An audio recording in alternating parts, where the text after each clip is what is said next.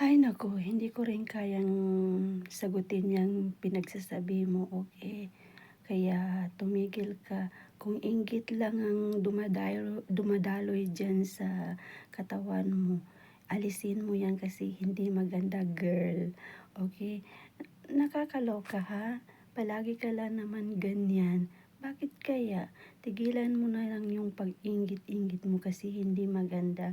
Magtrabaho ka lang ng maayos, okay? Okay tayo. Hello, nandito tayo para magtrabaho, hindi yung mag-inggitan. Ako nga, wala akong pakialam sa mga paligid. Basta magtrabaho tayo, may sahod tayo. O di ako, tapos na. Hindi yung kung ano-ano dyan yung mga eksenang ginagawa mo para mapansin ka lang. Hoy, hindi tayo kuwan dito ha. Uuwi rin tayo kaya tumigil ka na dyan sa pinaggagawa mo kasi mali yan. Okay, hindi tama. Grabe ka naman.